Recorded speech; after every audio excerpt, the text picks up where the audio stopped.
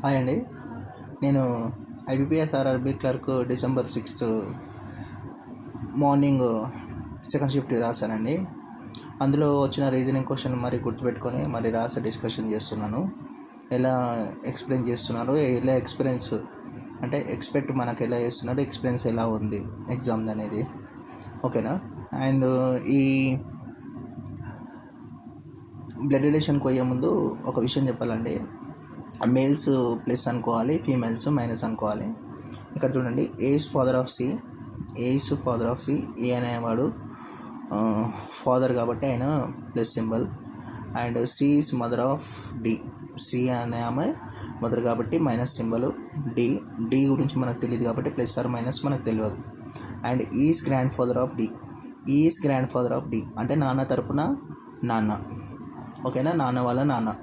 ఎందుకు అమ్మ వాళ్ళ నాన్న ఏ ఉన్నాడు, మరి నాన్న వాళ్ళ నాన్న ఇటంగా ఉంటాడు కదా, సో నాన్న వాళ్ళ నాన్న ఈ. And F is only son of ఈ అంటే ఎఫ్ అనే ఆయన ఓన్లీ సన్ ఈకి, గుర్తుపెట్టుకోండి, ఓన్లీ సన్ ఈఫ్ ఈకి.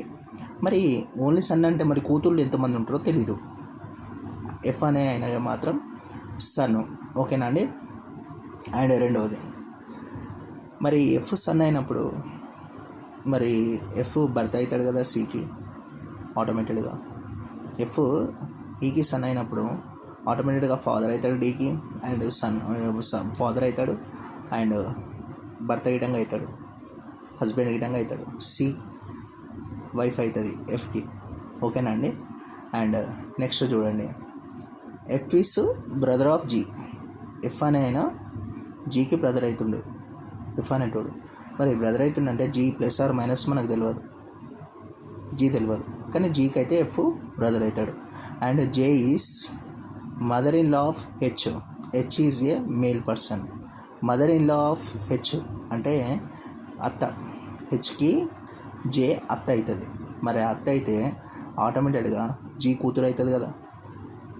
ఎందుకు కూతురు అవుతుంది జీ అనేది ఎందుకు కూతురు అవుతుంది ఆల్రెడీ మెన్షన్ చేశాడు చూడండి. F is only son of ఈ, ఈకి ఓన్లీ సన్ ఎఫ్ అవుతాడు, మరి కూతురు జీ అవుతుంది. కూతురు యొక్క భర్త హెచ్ అవుతాడు, అల్లుడు, మరి అల్లునికి జే అత్తమ్మ అవుతుంది, సో జే మదర్ ఇన్ లా. ఇలా అడుగుతున్నాడండి క్వశ్చన్స్, ఓకేనా. నచ్చితే లైక్ చేయండి, షేర్ చేయండి, సబ్స్క్రైబ్ చేయండి, ఓకేనా అండి. Good luck.